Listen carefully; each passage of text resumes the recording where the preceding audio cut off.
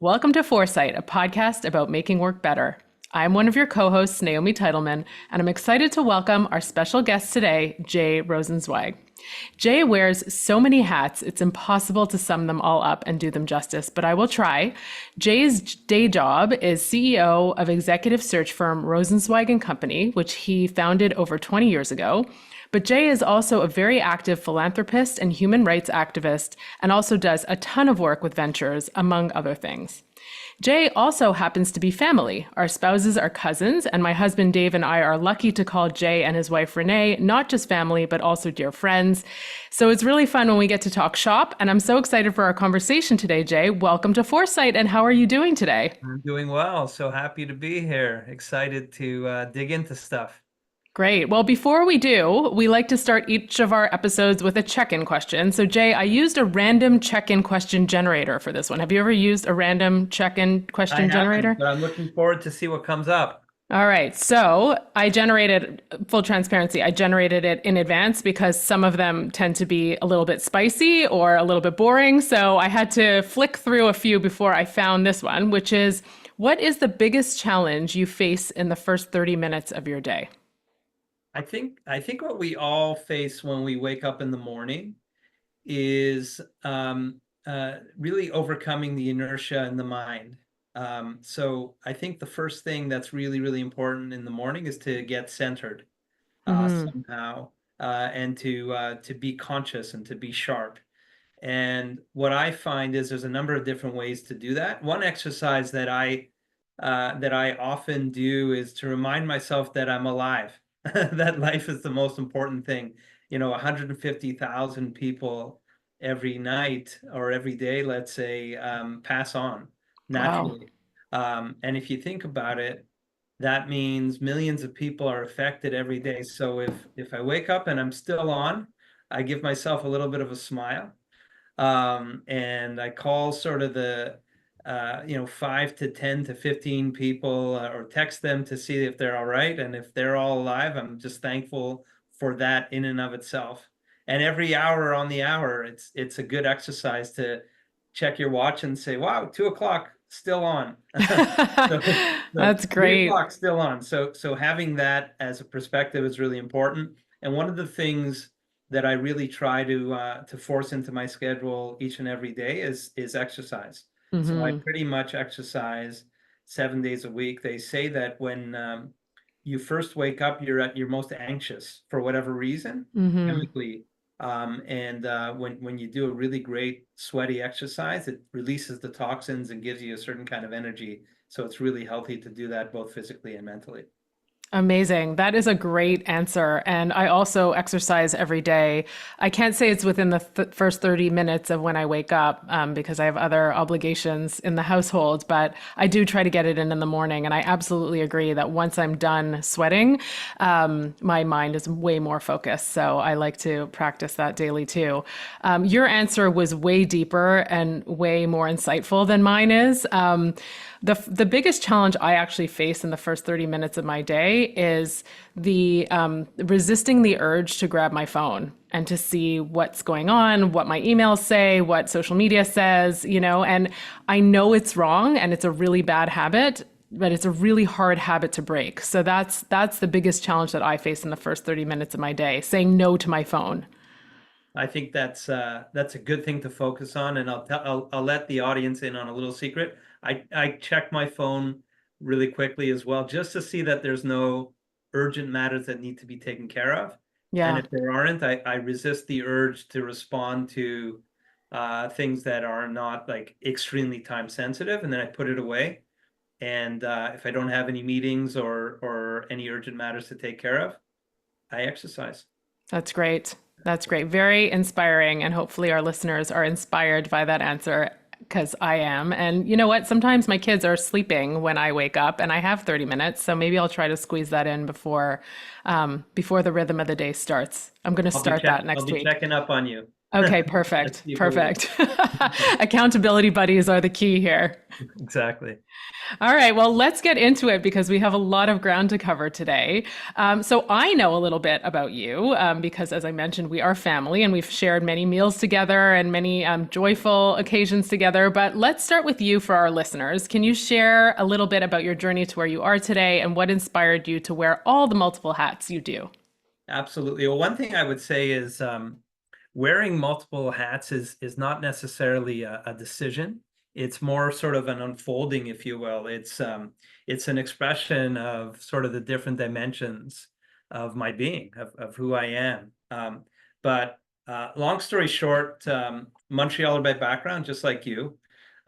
Studied at McGill. I did a philosophy degree and two law degrees at the law school there, and met a very important mentor. His name is Erwin Kotler. He's an international human rights champion, represented many political prisoners over the years. He went on to become Canada's Attorney General and Minister of Justice. And when he when he got out of Parliament, he started a human rights organization. So we stayed in close touch throughout, and asked if I would be the board chair of his newly founded human rights organization called the Raoul Wallenberg Center for Human Rights.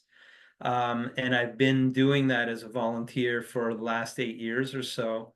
And it's taken me to all kinds of interesting places, including Kyiv, in the middle of a war zone, presenting to the leadership a lot of our work, and that's ongoing work. We're representing political prisoners all over the world. The women of Iran who've been imprisoned for refusing to wear a hijab. We do a lot of work combating the global trend toward authoritarianism, working with the families of hostages in the Gaza, etc. Happy to expand more on that. And I've also independently been doing a lot of work advocating for women in leadership through a report I do called the Rosenzweig Report.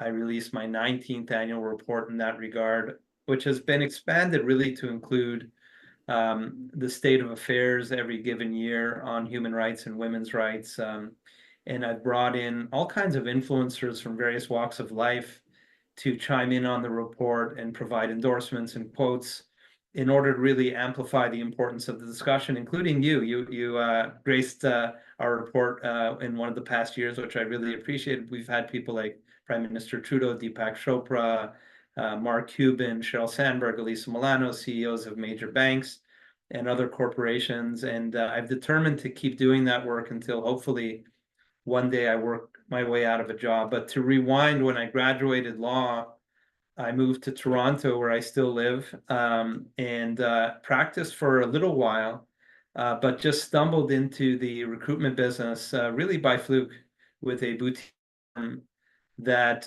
grew to the point where Korn Ferry, the largest firm in our sector, as you and your audience is fully aware, bought the firm. Great experience for me, young guy. Firm was acquired. Suddenly, I'm one of the youngest partners globally at the world's largest firm. And life was good there. I stayed on for about 3 or 4 years, leveraging off of the brand. But I noticed some inefficiencies in the big firm environment, and I'm an entrepreneur really by nature. It's sort of in my blood, and for those reasons, I decided to break away and start my own firm to really be an alternative to these large firms. And we've been fortunate. The vision's been realized. We're doing work now all around the world. We just embarked upon a new search for a major hotel business, a CEO search for them, which I'm really excited about. And it's been a great ride. I'll mention a third bucket of activity, which is related. And as you alluded to, I just love entrepreneurs. So I've spent a whole bunch of time with entrepreneurs, really helping them to scale their businesses. And because of the fact that I've developed this amazing network that I'm so grateful for, I'm able to help them with things like fundraising and business development. And because I've developed all this experience, I'm able to help them as well with things like team building and strategic and operational advice, and helping them with some of the soft issues as well. So it's gotten to the point now where I have shares in dozens and dozens of businesses. We've had some great exits. We're on the verge of some others. I am a venture partner in some great venture capital funds. I'm an advisory board member in a PE firm which focuses on climate out of LA, and it's really been a fun ride. I'm also involved in the film and music businesses. I just found out that we're nominated for a couple of Emmys for some films we're involved in, which is pretty cool. Amazing. And most importantly, always my priority is my wife and three kids. So I'll give you a little bit of an idea of my journey, but certainly happy to dive into any area you like. Yeah, I mean, all I can say is, wow, is there anything that you don't do or that you're not involved in? And so, knowing you and from our brainstorm about this conversation today, the common thread among all these different hats that you wear is really relationships. And you are deeply skilled at building relationships, both personally and professionally. Would you agree that that's the common thread? Absolutely.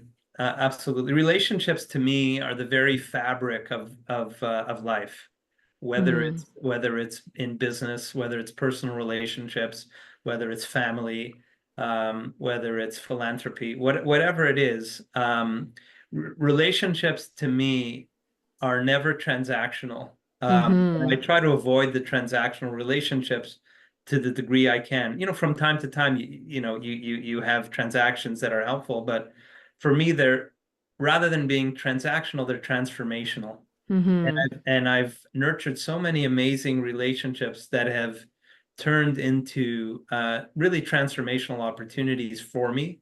And and I highly recommend people focus on relationships in that way, Yeah. because I think it'll make your lives a lot more rewarding if you look at things from that point of view. Yeah, that Yeah. comment really, really resonates with me. We at Future Forward have been thinking a lot about the difference between a community and a network. Something about the word network kind of rubs me the wrong way. We're really striving to build community, which is less about transactional contacts and connections, and more about building those deep relationships. So I would love your point of view on why relationships matter in a thriving community. Mhm. And do you have any opinion on the difference between relationships and connections? Yeah, I think that's right. Community versus network, or relationships versus contacts. I think those are very, very important distinctions that you're making. A network is a web of connections. Hmm. A community is a living organism, if you will. So in a true community, people come together not just for their own gain, but to support a larger cause, to Yeah. support a greater vision. And I could give you so many examples of where I've had that good fortune of building community, and this network has really helped us to thrive, each and every one of us as individuals. A network is more about achieving certain defined goals, but the Hmm. community really helps you thrive. Even in my own firm, I've developed this incredible community of board advisors. And the one thing that really gives me great joy is when I see that all of these advisors that have connected themselves to my own organization, they end up doing business and philanthropic activities independent of me. And it gives me really amazing joy to see that kind of thing happen. Yeah, that really resonates too, because our greatest joy is when members of our community connect with one another and do something amazing together, or even solve, a current business problem together. That's where the real impact is. And I think, professionally, I think oftentimes we think we don't have time to develop relationships. We think, and then we find ourselves at a point in time, either we need a new job or we're looking to build a new business or whatever it is, and you look around and you realize that you have a ton of contacts, but you don't have those deeper relationships. So, how have your professional relationships started, and how have they evolved over time and it helped you succeed? Maybe you can give an example or two.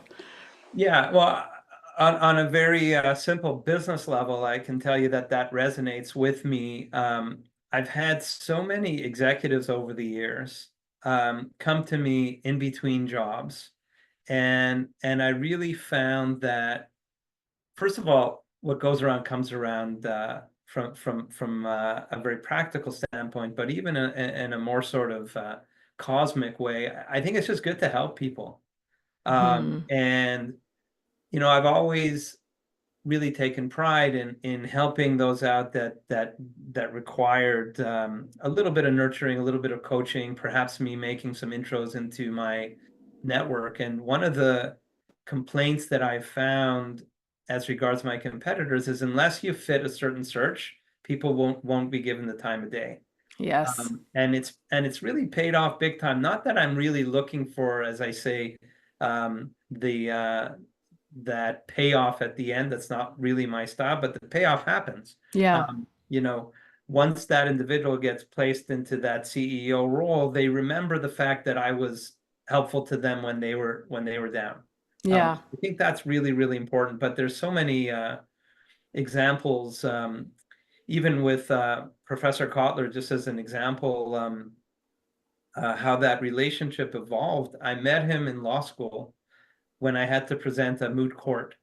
Mm. And that's a very nerve-wracking experience for a young law student. It's like pretending that you're presenting to the Supreme Court or to a court of appeal. And who was one of the three judges that walked in, but lo and behold, probably the most prominent and well-known professor at the time. And when I made my presentation, he had his glasses on his head, and he was writing furiously. And I was wondering the whole time, like, what is he saying? What is he doing? What is he thinking in his own mind? And when my presentation ended, he complimented me in his typical gentlemanly way on what I had done well, but proceeded then to list 10 things I could have done better, each thing interrelated to the next. And I was sort of in shock and awe, and I thought I could really learn from this person, and not only about the law. And I asked if I could spend time with him in his office to learn more, and he graciously agreed. And that kicked off a very important, pivotal relationship in my life. He asked me to be a research assistant of his in summers, and the relationship continued to grow. And one of the richest aspects of my life to this very day is the human rights advocacy work that I do with him. So it's kind of a full circle moment for me to continue to be working with him. I just got off the phone with him a few days ago. We had an hour-long, incredible conversation, and these are the kinds of rich relationships that you can gain when you invest the time and you invest the interest in getting to know a person well. And another theme that I would suggest people think about is, and this is something that I've always done, and it's part of how I developed all these great relationships, is when you see a little crack in the door, a little opportunity to walk through, do that, because you never know what will be at the other side of it. And a lot of people, I find, stay in their own boundaries and don't venture out too far. And if you conduct yourself that way, you may live in comfort and security, but those walls of comfort and security can sometimes feel like walls of imprisonment if you don't look out a bit more widely to the world at large and seek greater opportunities. Yeah, very sage advice. And thank you for that example. For our listeners, some of our more junior listeners, I would say, the relationships that I built very, very early on in my career, not even really recognizing that they were relationships I was building, are so powerful and meaningful now in deeply personal ways, right? So, for those of you who say, I don't really have time to quote unquote network and go to networking events, just make sure that you're building yourself a community that you feel is going to be enriching for life and for your profession. And that's not confined to your profession, by the way. It's really important to connect dots outside of your profession, outside of your organization. A lot of people are kind of so deeply focused within their organization that they don't kind of poke their head up and say, oh, it would be really important for me to meet people outside of my organization. So these are really, really important steps at all points in our career. So Jay, you alluded to a couple of tips there, but any other tips you can share with our listeners who may not be as adept as building and nurturing relationships in a professional way? I think really having an open mind, to your point, is key. Building relationships really requires a genuine intent to connect. So being fully present, really listening to what the other person needs. Very often we hear what other people are saying, but we're not catching the body language and the nuances. So one of the very, very important aspects of building relationships that I found is really paying attention to what's important to others. One of the biggest compliments my clients will give me is, Jay, you really listen, and I hear that a lot. And you turn around and deliver for us exactly what we're asking for, and sometimes what we're implicitly asking for, and not necessarily expressing it explicitly. But I can give you so many other examples of, to your point, showing up at events, going out of your way to attend things that may not, in your mind, very short term look like potential ROIs, which have paid off big time for me over the years. So I think really getting out there. I don't think I've ever gone to an event or a speaking opportunity where at the end of that night or the end of those few days, I didn't go home and say, well, that was actually really useful. I can't remember ever saying this was a waste of time. Mm-hmm. Really, I guess I'm fortunate to have picked sort of the right ones in a way, but even if you have a few duds here and there, it's worth getting out there. Yeah, for sure. For sure. I would 100% agree. Out of curiosity, are you extroverted or introverted? Do those events bring you energy? Because they suck the life out of me a lot of the time. But I agree, they're always worth Yeah, it. yeah. I don't know. I've never done a self-analysis or been analyzed from that point of view. I absolutely love people and Mm. I'm fascinated by people, and I love developing really deep relationships. But I guess if I were to give a wild guess, and it's hard to label people anyway, I'd probably Yeah. say more introverted than extroverted. But I'd say introverted in the sense that here's one thing that really, really sucks my energy and that I really, really try to avoid is small talk. Mm-hmm. I have no patience at all for small talk, so my eyes kind of glaze over. I do it as much as I need to, probably a little bit less than I need to, but I find small talk extremely draining and extremely, extremely wasteful. Yeah. I'd rather just dive into like highly controversial issues. Um, you know, and for me, it's never personal, so I'm happy to get into the most controversial issue over dinner. But if it's about how did you get to work, what's your best route, what's the weather like, my eyes glaze over. I can't do it. Yeah, yeah. So I mean, I'm gonna say welcome to the introvert club, although I don't even know if that's really if that's really a test, but I was just curious. I took Yeah, us on a bit of a yeah, tangent there. yeah. I'll join your club. Yeah. So a bit of a segue because we also want to chat a bit about your incredible work on the annual Rosenzweig report, which you mentioned. Mhm. Relationships have really been foundational to this work. You mentioned very impressive names who have been part of it, who have given their points of view, who have given deep insights. So it just kind of drives the point home that relationships don't just make you feel good, but can also enable deeper, richer work. So can you tell us about the connection here? How have relationships helped you in this groundbreaking research? Well, first of all, the Rosenzweig report itself is a manifestation of a collective effort. Whether it be the researchers, the associates that work on it, the graphics people, the technical people, the communications professionals, like it's a collective effort, which is just so beautiful to me and so heartwarming.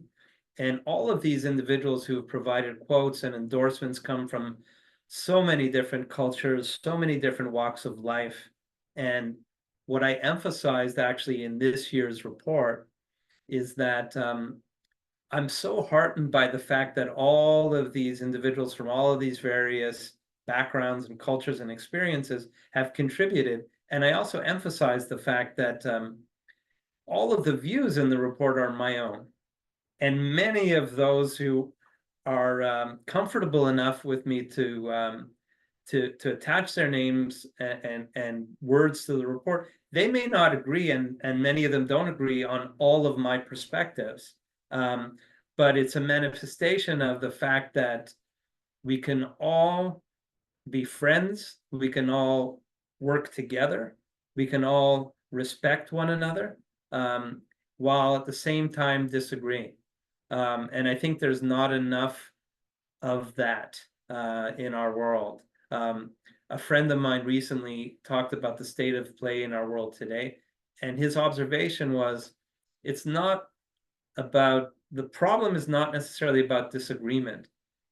It's about disrespect. And Hmm. the thing that I most love about the report from an internal point of view, of course, externally, the important thing is influencing, but from an internal point of view is the level of respect we all have for one another each and every year in putting this all together.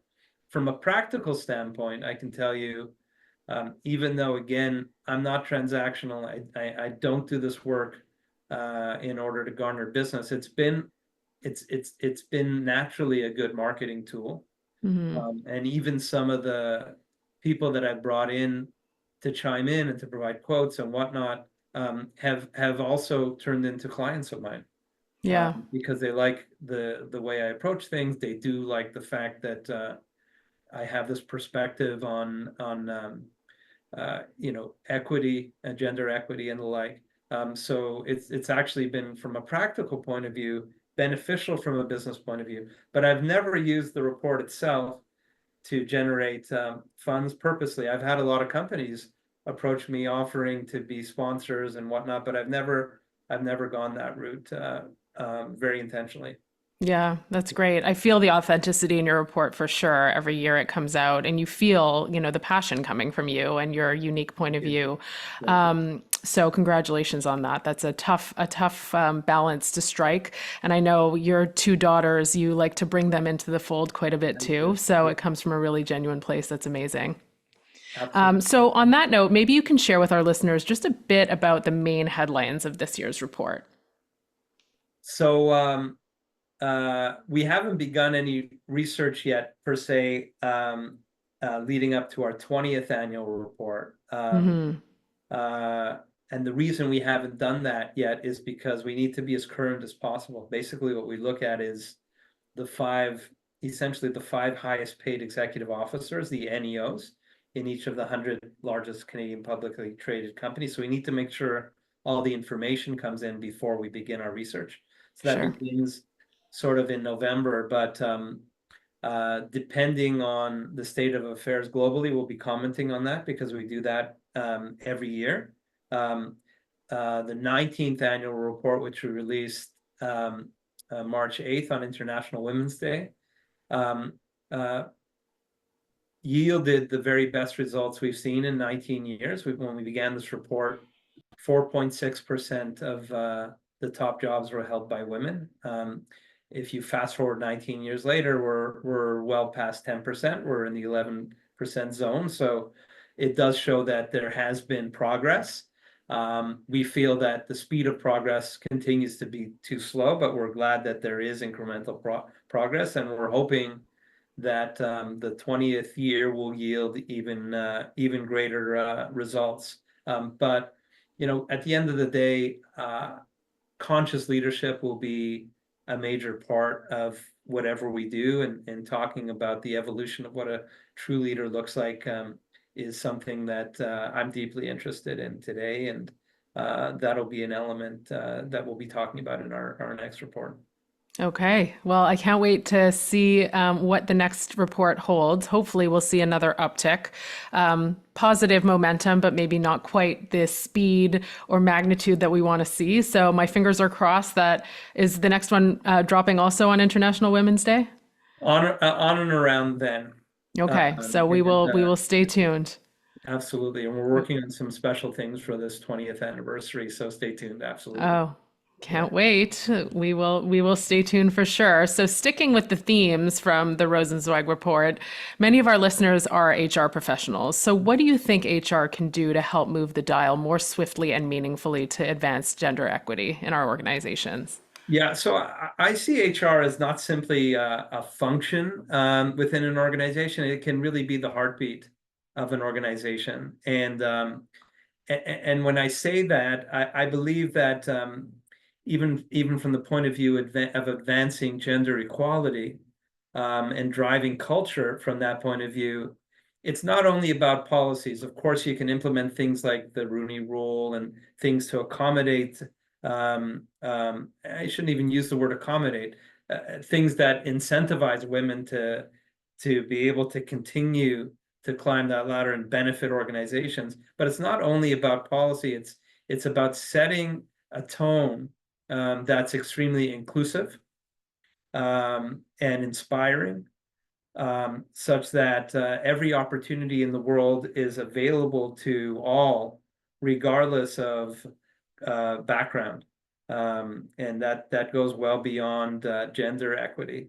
And if you set the tone of inclusiveness and realize the value that a diverse group of people bring around the table, I think you'll be on the road to solving this problem in a much quicker way, Hmm. in a much more organic way, such that it'd be motivating for all. I always say that there is the practical piece because not all leaders think in a conscious and big picture way like they should. Hmm. Um, if if a business leader just can't understand the moral imperative and the greater imperative of benefit that all will yield from an inclusive environment, study after study shows, as you know, that the bottom line benefits from a greater amount of diversity around the table.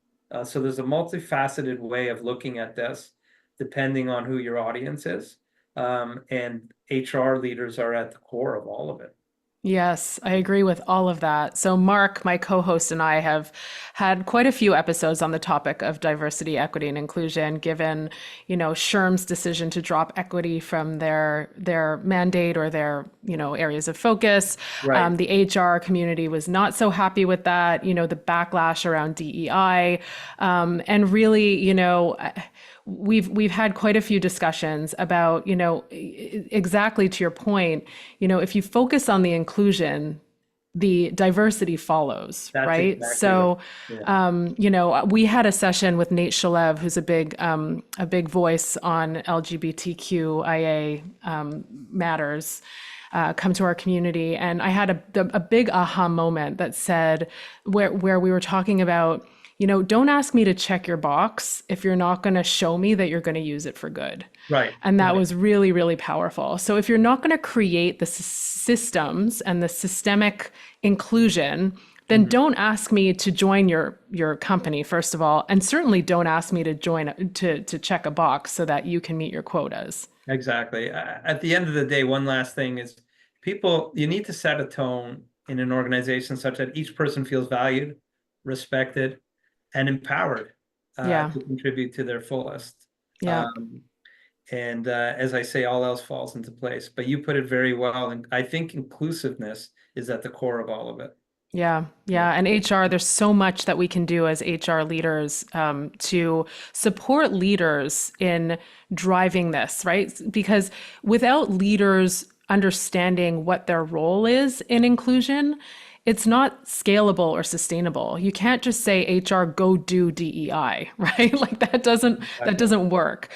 So it's a partnership that's really required, and could be a bit of influencing. In fact, a lot of influencing that has to happen from HR, not just because it's the right thing to do, but because it is. But just because you're no longer required to have X number of X population in your leadership team doesn't mean you shouldn't do it. Exactly. So how do we create those systems so that it's considered in every single thing we do, as opposed to something separate that we do? Yeah. 100%. Great. Well, that is a great place to wrap up our discussion, Jay, although we could go on for hours and hours. But before we drop, we always like to end on a feel good, on a positive note, which we fondly refer to as a feel good. So, Jay, what are you feeling good about today? Well, I've been deeply grateful over the last few weeks for the simple joy of having all three of my kids under the same roof.